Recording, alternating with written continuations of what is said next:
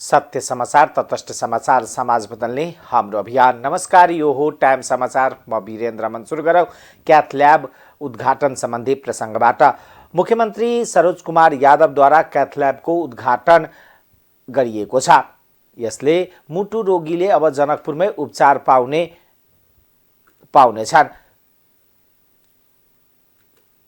मध्य स्वास्थ्य विज्ञान प्रतिष्ठान माथतको जनकपुर प्रादेशिक अस्पतालमा जडान गरिएको क्याथ ल्याबको उद्घाटन गरिएको हो। मुटु रोगको उपचारका लागि आवश्यक मानिएको क्याथ ल्याबको उद्घाटन स्वास्थ्य विज्ञान प्रतिष्ठानको वार्षिकोत्सवको अवसर पारेर मुख्यमन्त्री यादव र स्वास्थ्य तथा जनसङ्ख्या मन्त्री वीरेन्द्र कुमार सिंहले संयुक्त रूपमा गर्नुभएको हो। क्याथ ल्याबको उद्घाटन गर्दै मुख्यमन्त्री यादवले स्वास्थ्य क्षेत्रको सुधारका लागि प्रदेश सरकार प्रतिबद्ध रहेको बताउनुभयो। स्वास्थ्य क्षेत्रको भौतिक पूर्वाधार विकासमा मध्य प्रदेश फन्डको मारेको उल्लेख गर्दै मुख्यमन्त्री यादवले दक्ष जनशक्तिको व्यवस्थापनमा कुनै कमी हुन नदिन प्रतिबद्धता व्यक्त गर्नुभयो। कार्यक्रममा स्वास्थ्य मन्त्री सिंहले मुटु रोगका विशिष्टीकृत उपचारका लागि थप विशेषज्ञ व्यवस्था गर्न प्रतिष्ठानका पदाधिकारीहरूलाई निर्देशन समेत दिनुभयो। उद्घाटन सत्रमा प्रतिष्ठानका निमित्त उपकुलपति प्राध्यापक डाक्टर अंकुर शाहले क्याथ ल्याब सञ्चालनमा आएपछि मुटु रोगीलाई उपचारका लागि बाहिर जानुपर्ने अवस्थाको अन्त भएको उल्लेख गर्नुभयो।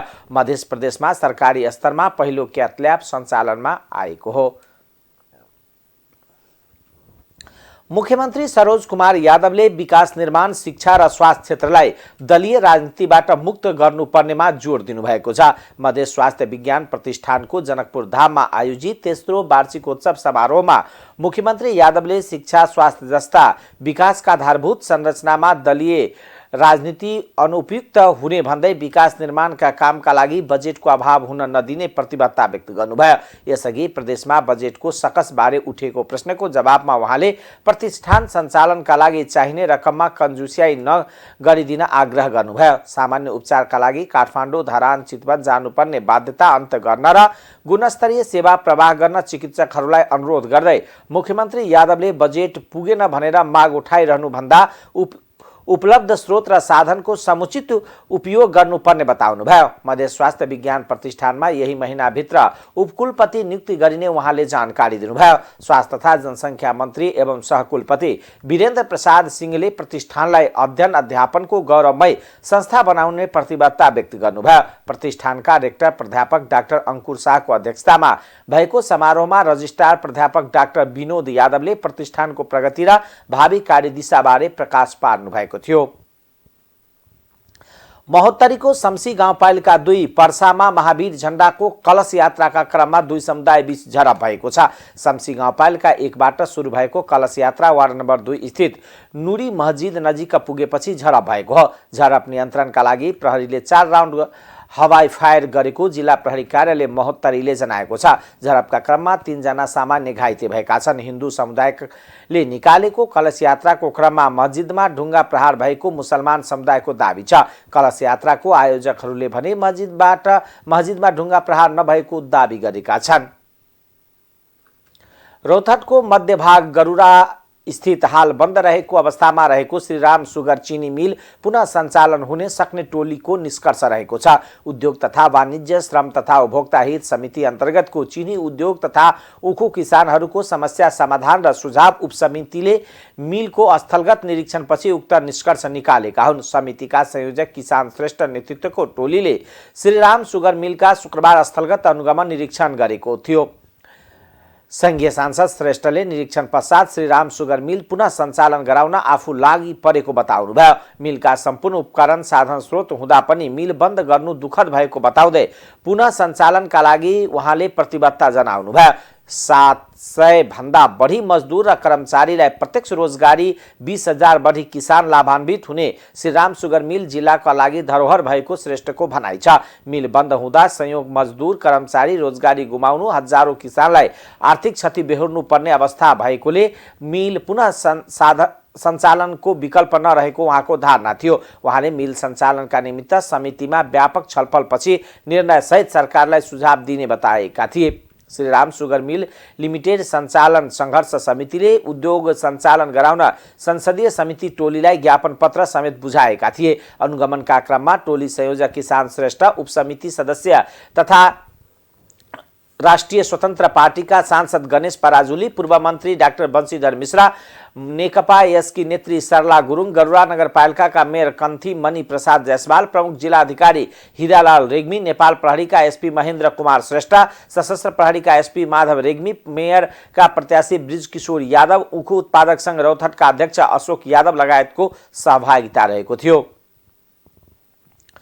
राष्ट्रपति रामचन्द्र पौडेलले प्रकृति संरक्षण मानव जातिको साझा चासो र चुनौतीको विषय बनेको बताउनु भएको छ। शनिबार ललितपुरमा भएको वन्यजन्तु संरक्षण र वातावरणीय न्याय विषयक एक दिवसीय सम्मेलनलाई सम्बोधन गर्दै राष्ट्रपति पौडेलले यस्तो बताउनु भएको हो। राष्ट्रपति पौडेलले अहिलेको विश्व जलवायु परिवर्तन लगायतका वातावरणीय चुनौतीहरूको शिखरमा उभिएको बताउनुभयो। उहाँले वातावरण र वन्यजन्तु संरक्षणका क्षेत्रमा राष्ट्रिय तथा अन्तर्राष्ट्रिय चासो र अभिरुचि समेत बढिरहेको दावी गर्नु। उहाँले वन्यजन्तु संरक्षण र वातावरणीय न्यायका विद्यमान चुनौती तथा अवसरलाई सूक्ष्म तवरबाट विश्लेषण गरेर नीतिगतदेखि कार्यान्वयन तहसम्म भावी दिशानिर्देशका लागि अस्पष्ट मार्ग चित्र कोर्न सक्ने बताउनुभयो। राष्ट्रपति पौडेलले मुलुकको दिगो विकाससँग प्रकृति र जैविक विविधता अनि वन्यजन्तु संरक्षण प्रत्यक्ष रूपमा जोडिएको हुने भन्दै पनि नेपालमा पाइने बाघ, गैंडा, हात्ती, हिउ, चितुवा जस्ता ठूला वन्यजन्तुदेखि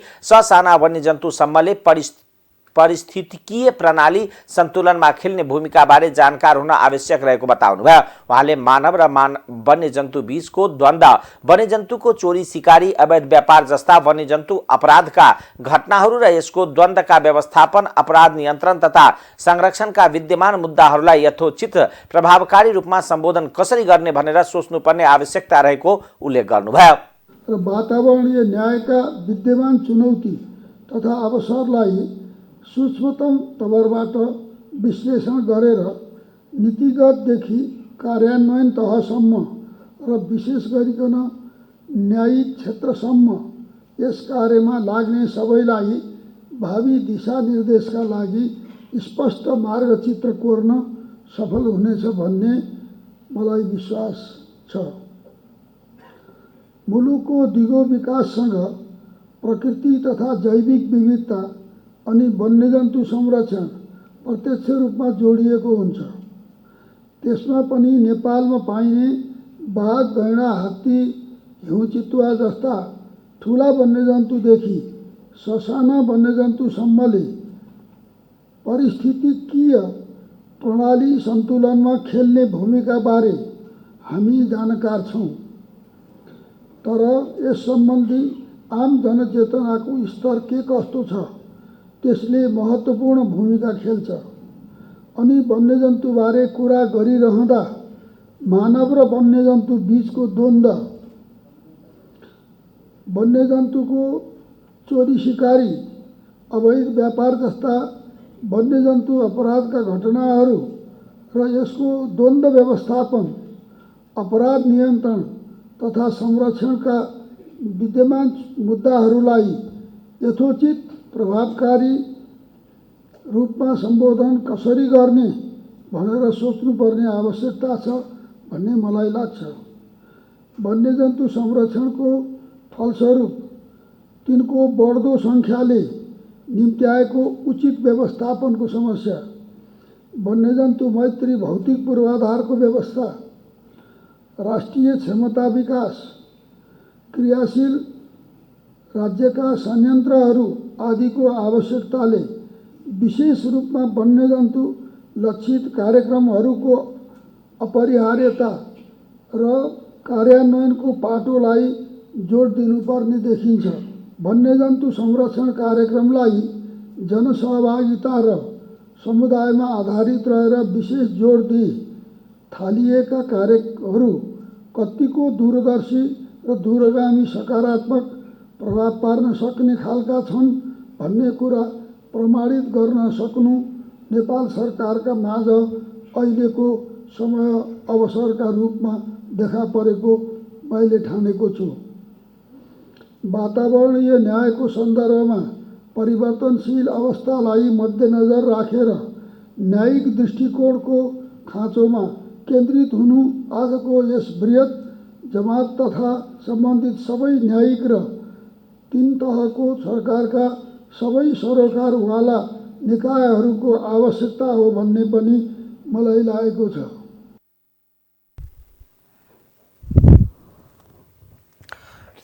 राष्ट्रपति पौडेलले वन्यजन्तुको बढ्दो संख्याले निम्त्याएको उचित व्यवस्थापनको समस्या, वन्यजन्तु मैत्री भौतिक पूर्वाधारको व्यवस्था, राष्ट्रिय क्षमता विकास, क्रियाशील राज्यका संयन्त्रहरू आदिका आवश्यकताले विशेष रूपमा वन्यजन्तु लक्षित कार्यक्रमहरूको अपरिहार्यता र कार्यान्वयनको बाटोलाई जोड दिनुपर्ने बताउनुभयो। वन तथा वातावरण मन्त्री डाक्टर वीरेन्द्र प्रसाद महतोले राष्ट्रिय निकुञ्ज अतिक्रमण गरेर भौतिक संरचना बनाइदिँदा समेत सरकारले कारबाही गर्न नसकेको बताउनु भएको छ। शनिबार ललितपुरमा भएको वन्यजन्तु संरक्षण र वातावरणीय न्याय विषयक एक दिवसीय सम्मेलनलाई सम्बोधन गर्दै मन्त्री महतोले जंगल अतिक्रमण गरी भौतिक संरचना विस्तार भइरहँदा समेत सरकार मूक दर्शक बनेको बताउनुभयो। मन्त्री महतोले कोशी प्रदेशमा निकुञ्जभित्र भौतिक संरचना बनाइदिँदा समेत सरकारले भत्काउन नसकेको बताउनुभयो। उहाँले जंगलभित्र संरचना बनाई जीव जन्तुमाथि आक्रमण गर्ने काम भइरहेको बताउनुभयो। उहाँले जनावरको संरक्षण गर्ने भने पनि अतिक्रमण गरेर जनावरमाथि आक्रमण भइरहन राम्रो नहुने बताउनुभयो। मन्त्री महतोले जंगलभित्र जनावरहरूका लागि आहार र जलको व्यवस्थापन गर्न नसक्दा पनि जंगली जनावरहरू बस्तीमा पस्ने गरेको बताउनुभयो। राजनीतिक दलका नेताहरूको चुनावी आश्वासनका कारण दिन प्रतिदिन अतिक्रमण जंगल आक्रमण गरी भौतिक संरचना निर्माण हुने काम बढिरहेको जिकिर गर्नुभयो। त्यसलाई कसरी न्यूनीकरण गर्ने? आज क्लाइमेट चेन्जले गरेर हामी सानो सानो हुँदाखेरि के पढेको थियो भने हिउँ चितुवा भनेको कहाँ पाउँछ भन्दाखेरि हिमालयमा पाउँछ, तर अहिले अब तराईमा पनि पाउन थाल्यो। अस्ति भर्खर हामी एउटा हिउँ चितुवा विराटनगरमा समातेर अहिले जूमा राखेका छौँ। त्यसको असर भनेको यो क्लाइमेट चेन्जको असर हो। र यस्तै हामीले धेरै कुरोमा, धेरै चिजहरूमा, धेरै ठाउँहरूमा प्रतिबद्धता गरेका छौँ। धेरै इन्टरनेसनल प्लेटफर्महरूमा यति वर्षमा यति जीव जन्तु हामी संरक्षण गरेर बढाउँछौँ, यति सङ्ख्या पुर्याउँछौँ। एकातिर हामी हस्तान्तरण गर्दै जाँदाखेरि अर्कोतिर त्यसको संरक्षणको उपायहरू के हुन्छ, यो बढ्दै गयो भने यसलाई संरक्षण गर्न नेपाल सरकारको हाम्रो भूमिका के छ र यसको ठोस योजना र परियोजनाहरू के छ भन्ने कुरोमा हामी बिर्सिरहेका हुन्छौँ। आज चितवनकै कुरो गर्ने हो भने बाघहरू कहाँ मारिएको छ? मानव र ती बाघको कङ्क्रिटले नै बाघ मारिएको हो। आज हात्तीकै कुरो गर्दाखेरि हात्ती र मानवको बिचमा द्वन्द्व भएर मानव मारिएको छ, हात्ती मारिएको छ। त्यो भन्दाखेरि त्यो एउटा द्वन्द्वबाट निस्केको आक्रोशले आक्रमण भइरहेको छ र त्यो क्राइमहरू बढिरहेको अहिले देखिएको छ प्रायः जसो। त्यसकारण यसलाई न्यूनीकरण गर्नको लागि हामीले यो एउटा जतिसुकै न्यायको तर्फबाट होस्, संरक्षणको तर्फबाट होस्, हाम्रो कर्मचारीको तर्फबाट होस्, नेपाल सेना प्रहरीको तर्फबाट होस्, जब यो चिज संवेदनशीलतालाई हामीले आफै मानवको रूपमा हामीले यो बुझ्न सक्दैनौँ भने हामी के पनि गर्न सक्दैनौँ। म सानो उदाहरण भन्न चाहन्छु तपाईँहरूलाई। आज 1 नम्बर प्रदेशमा हाम्रो मुख्यमन्त्रीज्यूले हात्ती करिडोरमा पैदल यात्रा निकाल्ने भनिराख्नु भएको छ। अनि म योभन्दा अगाडि जाँदाखेरि यो हात्ती आउने बाटो कहाँ हो, यसको पैदल मार्ग कहाँ हो, पहिले कहाँबाट प्रवेश गरेको थियो, अहिले किन यस्तो भएको छ भन्दाखेरि त्यहाँको मान्छेहरूको, स्थानीय मान्छेहरूले सोद्धाखेरि जहिले पनि त्यो हात्ती हिँड्ने बाटोमा अहिले पक्का घर बनेको छ, तर त्यसको लाल पूर्जा छैन। नेपाल सरकारको जग्गा हो त्यो, तर त्यहाँ कसैले पनि हटाउन सकेन। अनि हात्ती जाने कुन बाटो? जति पनि निकुञ्जका कुरो गर्छ, जति जहाँ पनि हाम्रो यो जनावरहरूको कुरो गर्छौँ, त्यहाँ एकातिर हामी बढाउने कोसिस गर्छौँ, अर्कोतिर के गर्दैछौँ भने गरिरहेछौँ भने आक्रमण गर्ने, अतिक्रमण गर्ने प्रयास चाहिँ हामी गरिरहेका छौँ। किन हटाउन सकिरहेका छैन? ठाउँ सानो भइरहेछ, जनावरको बस्ने सङ्ख्या बढ्यो, निस्किन्छ कहाँ? बाहिर निस्किने हो। हामीले भित्र निकुञ्जभित्र घाँसे मैदानहरू र जनावरले खुवाउनु पर्ने पानीहरू र उसको आहारहरूले संरक्षण गर्न सकिरहेका छैनौँ। ऊ जान्छन् कहाँ? अभियसली बाहिर निस्किन्छ। त्यसकारण यस्ता समस्याहरूमा र हरेक साल हामी राजनीति गर्ने मान्छेहरूले समेत यसमा हाम्रो भागीदारी केमा हुन्छ भने जुन क्षेत्रमा जान्छौँ जहाँ निकुञ्ज छ त्यहाँ आक्रमण गर्नु हुँदैन, अतिक्रमण गर्नु हुँदैन, त्यहाँ घर बनाउनु हुँदैन। त्यहाँ गएर चुनावी एजेन्डा राखेर हामी यहाँबाट जितेर गयो भने तिमीहरूले यो घर नेपाल सरकारबाट तिम्रो लाल पूर्जा बनाइदिन्छौ भन्ने कुरो आशमा झन् दिनका दिन त्यहाँ अतिक्रमण बढिरहेको छ। त्यसको जेस्टी कहाँबाट हामी दिन सक्छौँ?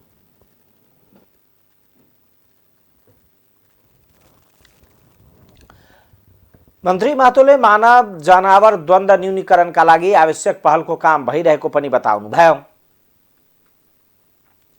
भौतिक पूर्वाधार तथा यातायात मन्त्री प्रकाश ज्वालाले हुलाकी राजमार्ग सरकारको उच्च प्राथमिकतामा रहेको बताउनु भएको छ। राष्ट्रिय गौरवको हुलाकी सडक आयोजना अन्तर्गत निर्माणाधीन नेपालगञ्ज गुलरिया सडक खण्डको स्थलगत अवलोकन गर्दै मन्त्री ज्वालाले यस्तो बताउनु भएको हो। मन्त्री ज्वालाले चालु आर्थिक वर्षमा पनि हुलाकी राजमार्गलाई प्राथमिकता दिएर सरकारले पर्याप्त बजेट विनियोजन गरेको दावी गर्नुभयो। उहाँले नेपालगञ्जदेखि गुलरियासम्मको सडक खण्डको अनुगमनका क्रममा सन्तुष्टि गर्ने ठाउँ रहेको बताउनुभयो। मन्त्री ज्वालाले सडक खण्डको निर्माण तीव्र रूपमा अघि बढेको पनि बताउनुभयो। उहाँले 3 वर्षको लागि 2 अर्ब 78 करोड सम्झौता भएकोमा 1 वर्षमै करिब 50% काम सम्पन्न भइसकेकोले आगामी 1 वर्षभित्रमा सम्पूर्ण निर्माणको काम सम्पन्न हुने विश्वास व्यक्त गर्नुभयो। उहाँले स्थानीयहरूको गुनासो बजेट अभाव भयो भने रहेको भन्दै सरकारले बजेट अभाव हुन नदिने प्रतिबद्धता जनाउनुभयो। मन्त्रालयको तर्फबाट, विभागको तर्फबाट अथवा चाहिँ आयोजना प्रमुख, आयोजना कार्यालयका साथीहरू र निर्माण व्यवसायी हामी सबै सँगसँगै चाहिँ नेपालगञ्ज मैनापोखर गुलरिया हुलाकी राजमार्गको अनुगमन गरेका छौँ र वास्तवमा हुलाकी राजमार्ग भनेको नेपालको एउटा चाहिँ राष्ट्रिय गौरवको आयोजना नेपाल सरकारको प्राथमिकतामा छ, उच्च प्राथमिकतामा छ र हामीले यही आर्थिक वर्षमा, चालु आर्थिक वर्षमा पनि हुलाकी राजमार्गलाई चाहिँ प्राथमिकता दिएर बजेट पनि पर्याप्त नै विनियोजन गरेका छौँ। अब अहिले यो सडकको खास गरी नेपालगञ्जदेखि गुलरियासम्मको यो खण्डको चाहिँ अनुगमन गर्दाखेरि हामीले एउटा सन्तुष्टि गर्ने ठाउँ छ कामको हिसाबले।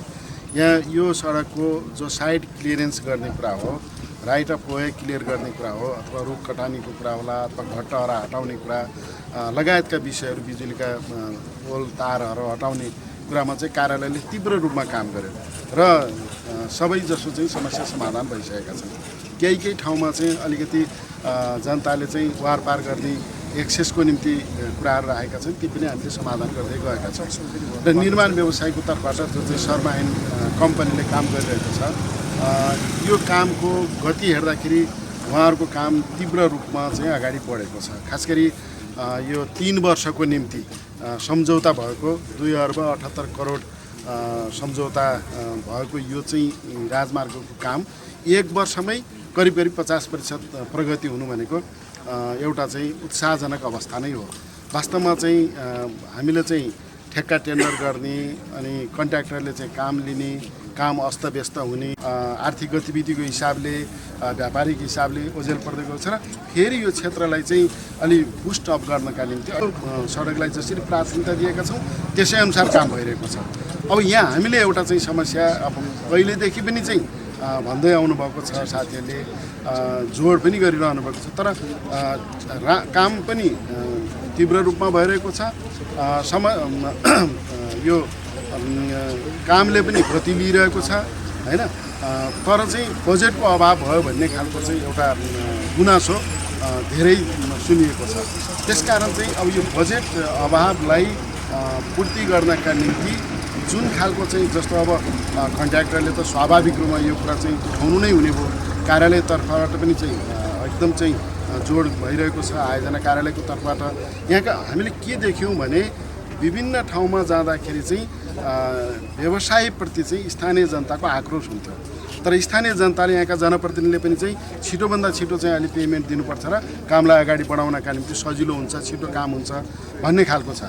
त्यसैले चाहिँ अब हामीले चाहिँ समयमा पेमेन्ट गर्न सक्यौँ र सबै हिसाबले जे वातावरण बनेको छ यसलाई अझै सहज रूपमा अगाडि बढाउन सक्यौँ भने अबको 1 वर्षमा अथवा 1 वर्ष भन्दा पहिले नै 3 वर्षको चाहिँ जो समयावधि हो त्यसलाई चाहिँ 1 वर्ष घटाएर 2 वर्षमै यो कम्प्लिट हुने।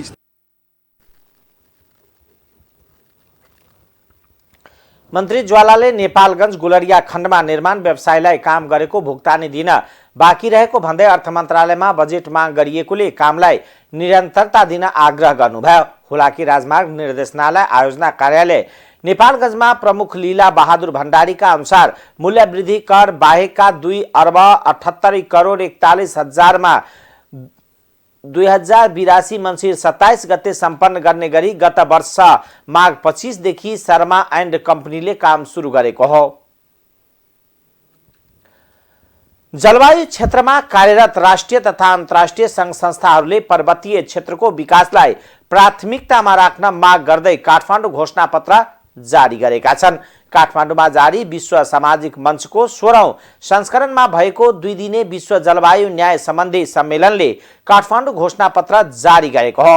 विभिन्न 12वटा संस्थाहरूले संयुक्त रूपमा गरेको 2 दिने जलवायु सम्मेलनले जलवायु परिवर्तनका विभिन्न आयाम, प्रभाव, वित्तीय परिचालनको संयन्त्र र लक्षित वर्गको न्यायका विभिन्न विधामा छलफलपछि काठमाडौँ घोषणापत्र जारी गरेको हो। जलवायु सङ्कटका सम्बोधनसँगै दिगो विकास लक्ष्य हासिल गर्न नागरिक समाज संगठन, सामाजिक आन्दोलन, ट्रेड युनियन र विश्वका विभिन्न भागहरूमा व्यक्तिहरूको संयुक्त पहल र सहकार्यलाई पनि प्राथमिकतामा राख्नुपर्ने निष्कर्ष निकालेको छ। त्यसैगरी महिला तथा सीमाङ्कृत र पछाडि पारिएका समूहको अधिकार प्राप्ति बिना जलवायु न्याय नहुने भन्दै त्यस जलवायु वित्तका ती वर्गलाई प्राथमिकतामा राख्न विश्वको ध्यानकर्षण गराइएको छ। त्यसैगरी घोषणापत्रमा विश्वव्यापी वित्तीय प्रणालीको पुनर्संरचना गर्नुपर्ने आवश्यकता औल्याइएको छ। This must be based on principle of fairness, equity and justice. These actions need to address special and differential needs of poor and vulnerable communities, notably women, children, youth, people with disabilities, indigenous people, and ensure their meaningful participation in the decision-making process. The burdens and benefits of climate actions should be distributed following the principles of common but differentiate responsibilities, historical responsibilities, and intergenerational equity. The dignity and safety of climate and environment defenders and the right of indigenous people, youth, and other marginalized communities should be respected and protected and fulfilled.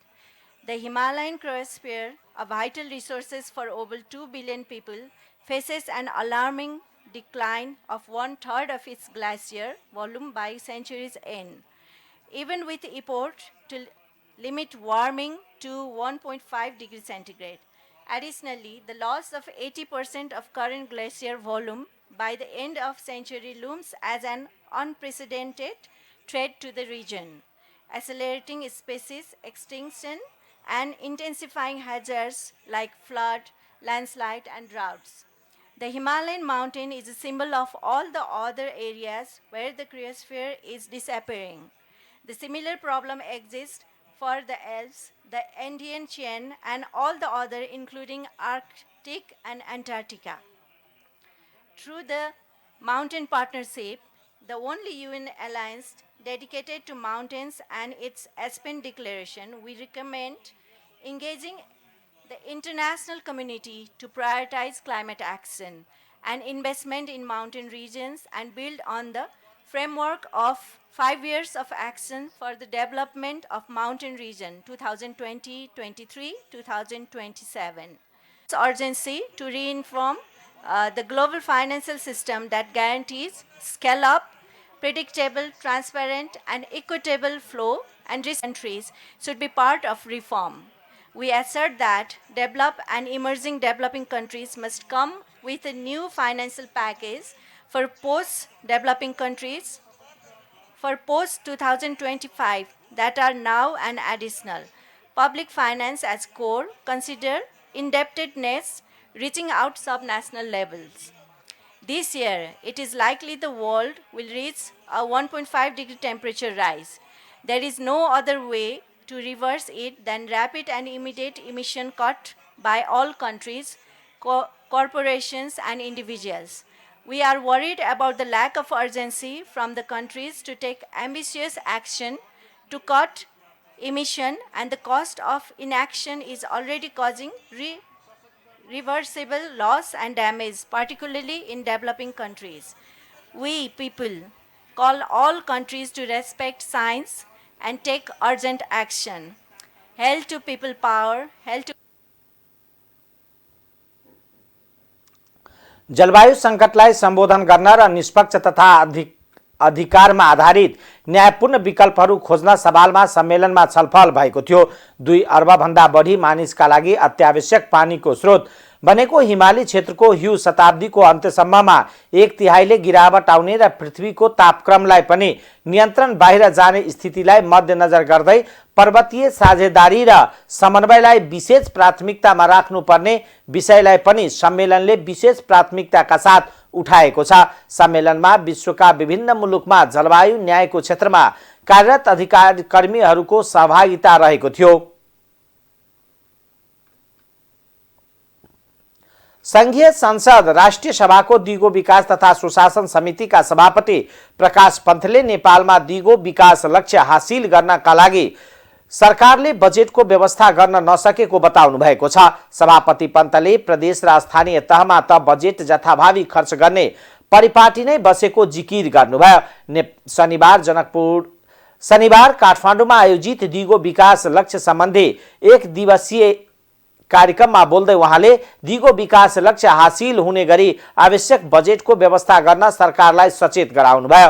दिगो विकास लक्ष्य हासिल गर्नका लागि नेपालमा सन्तुलित budget नहुनुको साथै काम गर्ने तौर तरिका पनि नभएको सभापति पन्तले बताउनुभयो। सभापति पन्तले पछिल्लो समय राजनीतिक दलहरूले दिगो विकास लक्ष्य हासिल गर्नुपर्छ भन्ने मान्यतालाई अंगीकार गरे पनि त्यस अनुसार तीव्रता दिने काम अग्रसर नभएको बताउनुभयो। उहाँले दिगो विकास, सन्तुलित विकास, सामाजिक न्यायमा आधारित सुशासन सहितको विकासका लागि समितिले सम्बन्धित पक्षसँग काम गरेर अघि बढिरहेको दाबी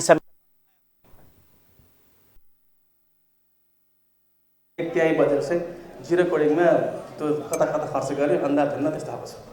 हामीले प्रदेशमा पनि गएर हेरेको त 79-70% पनि जिरो कोडिङमा त फेरि प्रदेशभरि पनि काम गरेर रहेछ भनेपछि हाम्रो यहाँनिर समस्या भयो। फेरि दिगो विकास सबैको मुखमा बस्यो तर फेरि काम गर्ने तौर तरिका मिलिरहेको छैन। सन्तुलित हिसाबले त्यहाँ काम भएन। 17वटा लक्ष्यभित्रको सन्तुलन पनि भएन। लैङ्गिक समानताको हिसाबले पनि ती बजेटहरू सन्तुलन भएन। प्रादेशिक सन्तुलन पनि भएन। थुप्रै तरिकाले त्यहाँ फेरि सन्तुलन समस्या भयो। हामीले सुन्छौँ मन्त्रीको जिल्ला मन्त्री कार्यक्रम पर्यो अरे बजेट पर्यो भन्छौँ, प्रधानमन्त्रीको मात्रै पर्यो अरे भन्ने कुरा यही हो, असन्तुलित भयो। तर हामीले यी विषयहरूमा अलिकति काम गर्नुपर्ने कुराहरू छँदैछ। हामी फेरि सँगसँगै छौँ। सरकारलाई लगातार चाहिँ हामी यो विषयमा खबरदारी गरेकै छौँ। हामी समितिले चाहिँ दिगो विकास समितिले चाहिँ अहिले 16औं पञ्चवर्षीय योजनाको चाहिँ तर्जुमा हुँदै गर्दाखेरि पनि लगातार राष्ट्रिय योजना आयोगसित सँगसँगै बसेर काम गरिरहेको छ। हामी खालि निर्देशन दिने मात्रै नभइकन अलिकति हामीले पनि कामै गरौँ। अब अलिकति हामीले पनि केही होमवर्क गरेर सरकारलाई बुझाउँ, सरकारलाई सजिलो पनि हुन्छ भने पछाडि दिगो विकासका विषयहरूमा, सुशासनका विषयहरूमा, सन्तुलित विकासका विषयमा, यो लैङ्गिक समानताको विषयहरूमा र सामाजिक न्यायको विषयहरूमा अलिकति हामीले होमवर्कै गरेर हामी सबै सरकारवाला सांसदहरूदेखि लिएर राष्ट्रिय योजना आयोगलाई पनि सँगसँगै राखेर ती विषयहरूमा अलिकति केही नतिजा आउने गरी हामीले केही कोसिसहरू पनि यो बिचमा हामीले गऱ्यौँ। त्यही भएर अब हामी यो सन्दर्भमा छौँ र अब अलिकति यो 16औं पञ्चवर्षीय योजना चाहिँ बन्दै गर्दाखेरि चाहिँ यो अब बाँकी 6 वर्षमध्ये 5 वर्ष यो हुन्छ। नेपालमा 2030 सम्ममा दिगो विकास लक्ष्य हासिल गर्ने कुरामा बाँकी रहेको 6 वर्षमध्ये 5 वर्ष यसको मुख्य भूमिका हुन्छ। त्यही भएर यो 16औं पञ्चवर्षीय योजना एकदम धारिलो, एकदम त्यसले चाहिँ प्रभाव पार्ने गरी, काम गर्ने गरी, साँच्चै नतिजा ल्याउने गरी, साँच्चै दिगो लक्ष्य हासिल हुने गरी चाहिँ काम गर्ने गरी त्यस्तो एउटा दिगो विकासको चाहिँ यो गति बढाउने हिसाबले नै त्यो 16औं पञ्चवर्षीय योजना कस्तो बन्छ त्यसले हामी सबैको भविष्य त्यही छ। अब दिगो विकास लक्ष्य हासिल हुने नहुने भन्ने कुरा पनि त्यही छ। अब हजुरहरूले अझै अर्को एउटा खतरा चाहिँ के छ भन्दाखेरि हामी एलएमएबी त भन्छौँ, कसैलाई पनि पछाडि नछोड्ने चाहिँ भनिरहेको छौँ हामीले। तर यहाँ पछाडि परिहाल्छ हेर्नुहोस् एउटा कुरा, पछाडि पर्ने कुरो निश्चित छ। मैले भनिरहेको छु अहिले तपाईँ दिगो विकास लक्ष्य होस् अथवा अरू लक्ष्यहरू होस्, जुनसुकै कुरा पनि 100 को 100 काहीँ सक्सेस भएको छैन। एमडिजी पनि भएन, एसडिजी पनि हुँदैन। अब अहिलेको पछिल्लो लेटेस्ट डाटा त 59-60% मात्रै लक्ष्य हासिल हुने भनेको छ नेपालमा।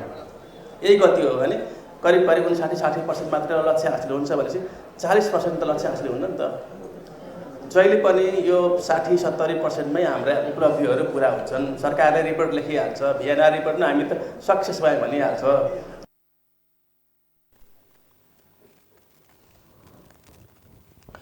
कार्यक्रममा बोल्दै राष्ट्रिय योजना आयोगका पूर्व सदस्य मीन शाहीले सरकार र संसदीय समितिले गैर सरकारी संस्थाहरूलाई अंकुश लगाउने खालको गतिविधि गरिरहेको आरोप लगाउनुभयो। उहाँले संविधानले नागरिकको पक्षमा काम गर्ने अधिकार गैर सरकारी संस्थाहरूलाई पनि दिएकोले सरकारले त्यसमा अंकुश लगाउने खालको कुनै पनि गतिविधि गर्न नपाउने जिकिर समेत गर्नुभयो। शाहीले कुनै पनि गैर सरकारी संस्थाले भ्रष्टाचार गरेको प्रमाणित भएर जेल हाल्न पनि सरकारको ध्यान आकर्षण गराउनुभयो। धारा 17 मा राजनीतिक दल खोल्ने अधिकारको सँगसँगै नागरिक संस्थाहरू खोलेर नागरिकहरू सङ्गठित हुन पाउने, उनीहरूले आफ्नो विचारहरूलाई सङ्गठित रूपले जनताको बीचमा लाउनु पर्ने, उनीहरूले आफ्नो उद्यमशीलता गर्न पाउनुपर्ने, उनीहरूले आफ्ना नाराहरू प्रबन्धन गर्न पाउनुपर्ने, आफ्ना विचारहरू जनताको बीचमा लाउनु पर्ने अधिकार संविधानले दिएको छ। त्यसकारणले हामी भन्न चाहन्छौँ, हामी आग्रह गर्न चाहन्छौँ, नेपालका हाम्रा प्रतिनिधि सभाका हाम्रा जनताका प्रतिनिधिहरूलाई हामी आग्रह गर्न चाहन्छौँ, हामी नेपाल सरकारलाई आग्रह गर्न चाहन्छौँ, गलत काम गरेको मान्छेलाई कारबाहीमा नपार्ने भने। नेपालमा कुन चाहिँ एनजिओको मान्छे छ जसले सार्वजनिक जग्गा हडपेर खाएको होस्, जसले लाखौँ करोडौँको भ्रष्टाचार गरेर जेल जानु परेको होस्, एउटा कुनै एनजिओ देखाए हुन्छ नेपाल सरकारले वा हाम्रा जनप्रतिनिधिहरूले? त्यसकारणले नागरिकको सङ्गठित हुने अधिकारलाई, व्यवस्थित ढङ्गले आफ्ना आवाजहरू राख्ने कुरालाई हाम्रा बारेमा छलफल गर्न पाइँदैन, हाम्रा बारेमा विचार गर्न पाइँदैन भनेको होइन, व्यापक छलफल गर्नुपर्छ। तर जसको बारेमा विषयमा छलफल गरिँदैछ त्यसको अनुपस्थितिमा, त्यसको सहभागिता बिनाको, त्यसको प्रतिनिधित्व बिना गरिने छलफलले अर्थ राख्दैन। त्यो एकोहोर हुनेछ। सम्बन्धित साझेदारलाई सहभागी नगराइकन छलफल गरिने कुराले आम रूपमा भोलि असन्तोष सिर्जना गर्छ। त्यो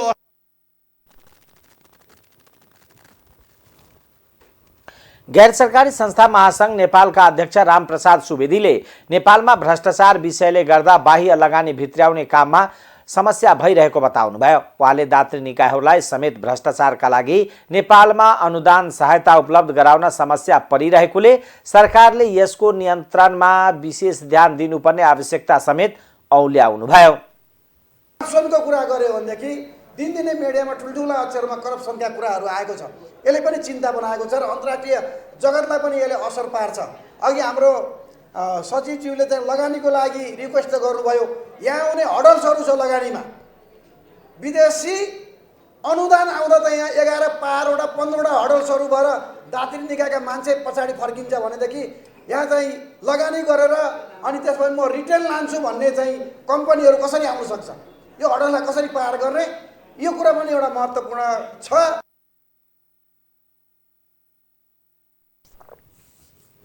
अध्यक्ष सुवेदीले गैर सरकारी संस्थाहरूलाई नियन्त्रणमा लिने खालको नीति लिने गरेको भन्दै सरकारप्रति असन्तुष्टि व्यक्त गर्नुभयो। नेपाली कांग्रेसका सांसद सुनील कुमार शर्माले आफ्नो पार्टी नेतृत्वको सरकार निर्माण गर्ने काममा विलम्ब गर्न नहुने बताउनु भएको छ। पार्टीको फागुन 7 गतेदेखि सुरु हुने महासमिति बैठकका आफूले छिटै पेश गर्ने प्रस्ताव शनिबार काठमाडौँमा पत्रकार सम्मेलन मार्फत सार्वजनिक गर्दै उहाँले सो कुरा बताउनु भएको हो।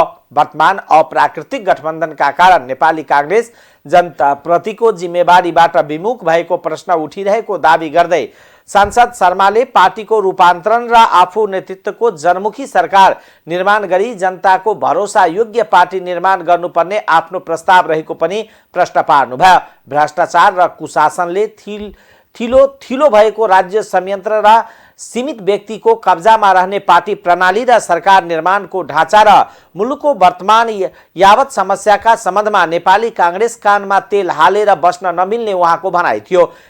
सांसद शर्माले लोकप्रियतावादीहरू र अतिवादीहरू नेपाली कांग्रेसका मुख्य चुनौती रहेको भन्दै जनप्रिय जनताको भरोसायोग्य पार्टी बनाउन र आफ्नो नेतृत्वको जनमुखी सरकार निर्माण गर्ने कुरामा विलम्ब गर्न नहुने बताउनुभयो। र सीमित व्यक्तिको कब्जामा रहने पार्टी प्रणाली र सरकार निर्माणको ढाँचा र मुलुकका वर्तमानका यावत समस्याका सम्बन्धमा नेपाली कांग्रेस कानमा तेल हालेर बस्न मिल्दैन।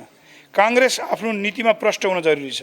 कांग्रेसले आफू नीतिमा प्रष्ट हुनुपर्छ र आफू सम्मिलित सरकारलाई सुशासन डेलिभरी सहित जनमुखी बनाउनुपर्छ। नसके कांग्रेसका लागि आउने दिनहरू कठिन छन्।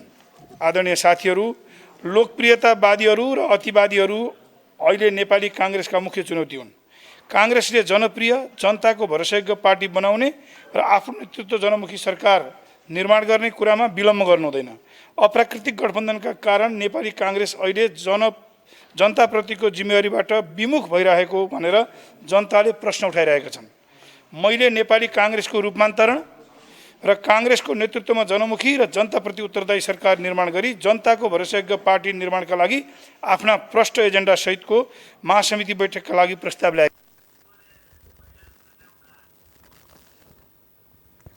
सांसद शर्माले वर्तमान गठबन्धनको अन्त्य गरी सरकार निर्माणको ढाँचा बदल्ने कुरामा कांग्रेसले बेवास्ता गर्न नमिल्ने जिकिर पनि गर्नुभयो। अब आर्थिक समाचार।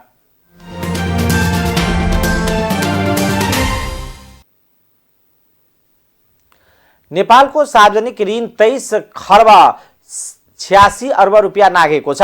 सार्वजनिक ऋण व्यवस्थापन कार्यालयका अनुसार गएको माघसम्ममा नेपाल सरकारको ऋण 23 खर्ब 86 अर्ब 77 करोड रुपियाँ पुगेको छ। यसमध्ये 11 खर्ब 84 अर्ब 52 करोड रुपियाँ आन्तरिक र 12 खर्ब 2 अर्ब 24 करोड रुपियाँ बाह्य ऋण रहेको छ। सरकारले चालु आर्थिक वर्षको 7 महिनामै 2 खर्ब रुपियाँ भन्दा धेरै ऋण लिएको छ। साउनदेखि माघसम्मको 7 महिनामा 2 खर्ब 2 अर्ब 43 करोड रुपियाँ ऋण थपिएको छ। 7 महिनामा सरकारले 1 खर्ब 50 अर्ब 31 करोड रुपियाँ आन्तरिक र 52 अर्ब 12 करोड 6 लाख रुपियाँ बाह्य ऋण लिएको छ। यस्तै 7 महिनामा सरकारले 1 खर्ब 55 अर्ब 24 करोड रुपियाँ ऋण तिरेको छ। आन्तरिकतर्फ 1 खर्ब 30 अर्ब 11 करोड र बाह्यतर्फ 25 अर्ब 13 करोड रुपियाँ ऋण तिरेको कार्यालयले जनाएको छ। 7 महिनामा सरकारले 1 खर्ब 10 अर्ब रुपियाँ सेवा भुक्तानी गरेको छ। त्यस्तै 44 अर्ब 14 करोड रुपियाँ ब्याज मात्र तिरेको छ। नेपालको ऋण तिर्न बाँकी सार्वजनिक ऋणको आकार वार्षिक बजेट भन्दा 6 खर्ब 35 अर्ब रुपियाँ भन्दा धेरै भएको छ। पछिल्लो 5 वर्षमा मात्रै सरकारी ऋण दोब्बर भएको छ। आर्थिक वर्ष 75-76 मा सरकारी ऋण 10 खर्ब 48 अर्ब 15 करोड रुपियाँ बराबर थियो। त्यस्तै ऋण वर्षेनी बढेर आर्थिक वर्ष 76-77 मा 14 खर्ब 33 अर्ब, आर्थिक वर्ष 77-78 मा 17 खर्ब 37 अर्ब र आर्थिक वर्ष 78-79 मा 20 खर्ब 13 अर्ब रुपियाँ पुगेको थियो। सरकारले लिएको ऋण पुँजी निर्माण भन्दा पनि साधारण खर्च टार्न खर्च गर्दा यसले गतिलो परिणाम नदिने अर्थविदहरूले चेतावनी दिएका छन्। अर्थविद दिल्ली राज खनालका अनुसार सरकारको असक्षमताले गर्दा ऋण काढेर ऋण तिर्नुपर्ने अवस्था आउने खतराको संकेत हो। अब अन्तर्राष्ट्रिय समाचार।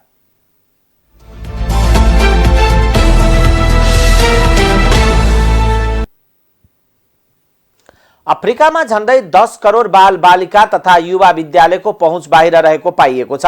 6 देखि 19 वर्ष उमेर समूहका झण्डै 10 करोड बाल बालिका तथा युवाहरू विद्यालयबाट वञ्चित भएको शिक्षा, विज्ञान र प्रविधि र नवपरिवर्तनका लागि अफ्रिकी युनियन AU का संयुक्त मोहम्मद बेल होसैनले बताउनु भएको छ। बालबालिका तथा युवाहरू शिक्षाबाट वञ्चित हुँदा आतंकवादी समूह, लागु औषध व्यापारी र मानव बेचबिखनकर्ताको जोखिममा पर्ने गरेका छन्। इथियोपियामा भइरहेको AU शिखर सम्मेलनमा बेल होसैनले उनीहरूलाई व्यावहारिक र प्राविधिक प्रशिक्षणको माध्यमबाट स्वरोजगारका लागि सिप आवश्यक रहेकोमा जोड दिनुभएको चिनिया समाचार संस्था सिन्हुवाले जनाएको छ। संयुक्त बेलोहोसनका अनुसार अफ्रिकाका हरेक 10 मध्ये 9 जना बालबालिकाले 10 वर्षको उमेरमा पनि साधारण पढ्न र बुझ्न समेत नसक्ने अवस्था रहेको छ। अफ्रिकालाई विश्वव्यापी शिक्षाको पहुँच हासिल गर्न झण्डै 90 अर्ब अमेरिकी डलरको आवश्यकता रहेको र कोषलाई पूरा गर्न विश्वव्यापी सहयोगको आवश्यकता रहेको उहाँको भनाइ छ। अब खेलकुद समाचार।